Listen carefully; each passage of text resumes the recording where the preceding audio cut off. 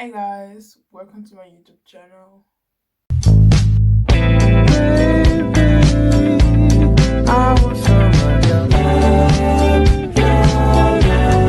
So today I'm going to give you guys my top 5 favorite shows because we are all in quarantine right now, and I think we can all use some new TV shows because I've literally watched all the Netflix show available right now, and that's so bad because I don't know what to watch anymore.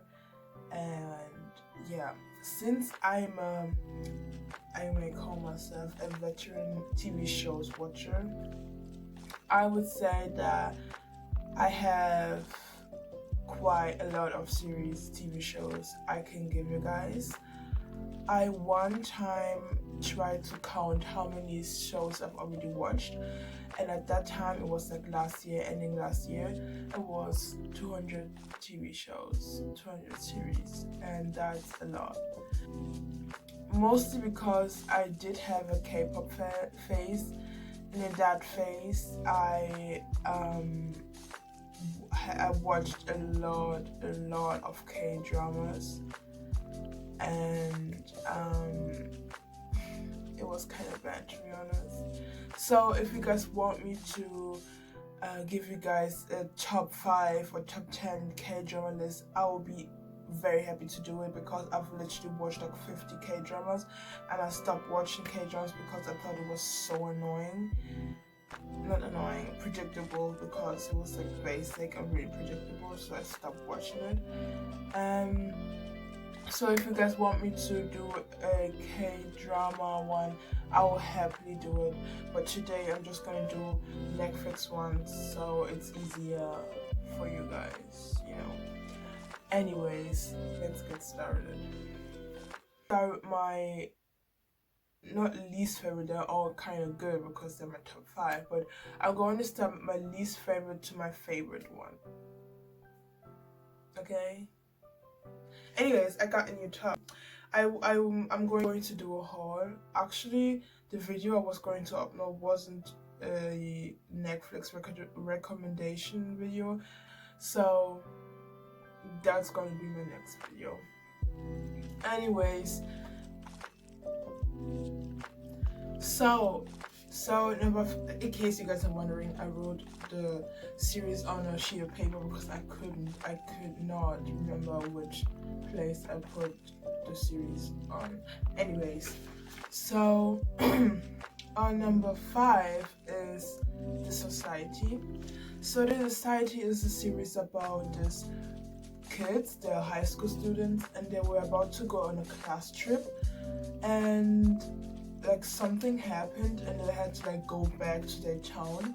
But when they arrived back at their hometown, like everybody else disappeared, like the parents, the police, like everybody else disappeared except for the people who were like in the bus. And like obviously that's like really bad because first of all, they don't have enough food. They only have the food they had in their supermarket before, so they didn't have enough food, and they were like asking for their parents and stuff. And I don't know if I did it justice because I really can't explain stuff. But they're like trying to find a way back home. While that's happening, one of the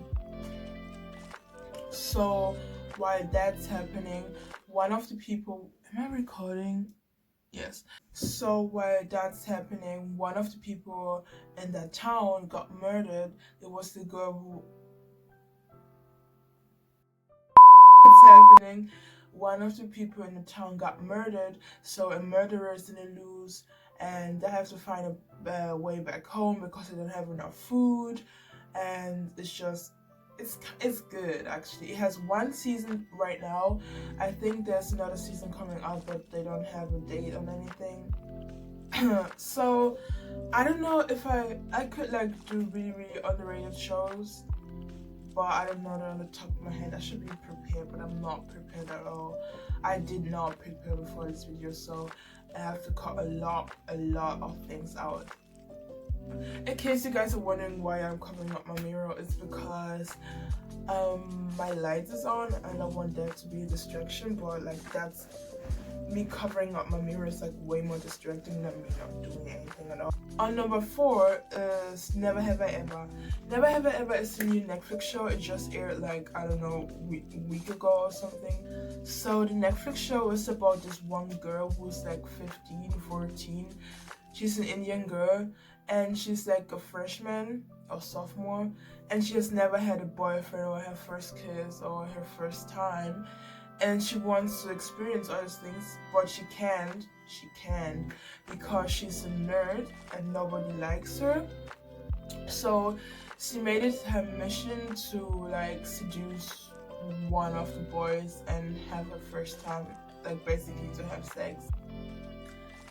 Yeah, so while that's happening, there's also like a love triangle, and it's funny, but it's also kind of sad because, like, I don't know if that's a spoiler, so I'm not gonna say it, but like some bad things happened in her past, which really affected her. So she's going through those things while also wanting to fit in with the other kids in her grade, and there's also like some LGBTQ things in there, and it's kind of deep, but it's like lighthearted and it's something you can just watch. I literally binge watched this TV show in one day because it was really good.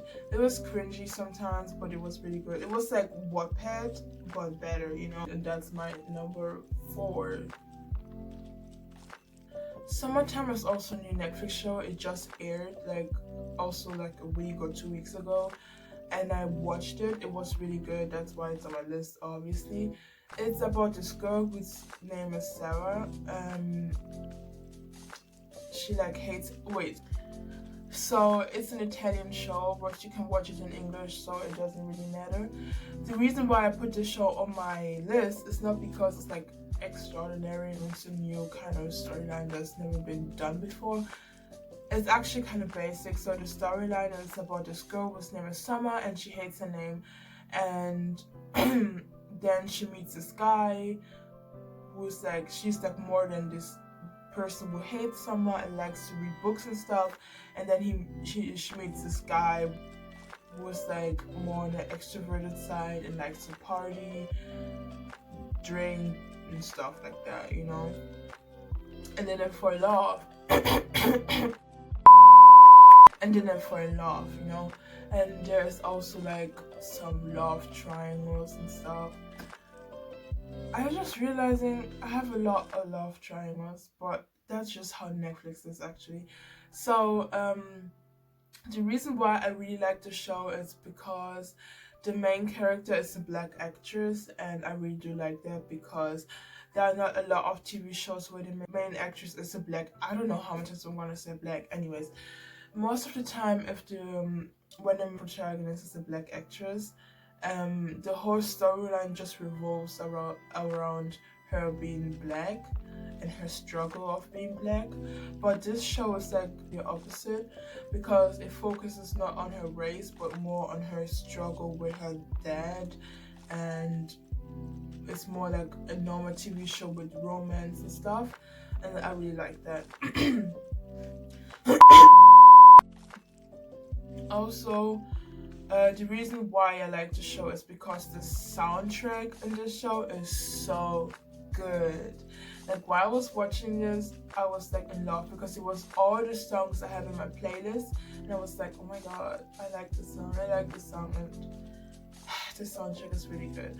Also, the vibes are so good because it's like in the summertime, and I was just sitting there watching. I was like really excited for it to be summer already because I want to experience that, you know.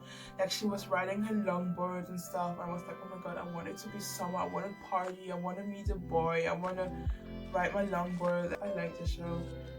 Yeah. Okay, top 2. So my second favorite show on this list is Outer Banks. Outer Banks, you have probably heard of it already. Like it's trending everywhere. So let me just take a breath right there.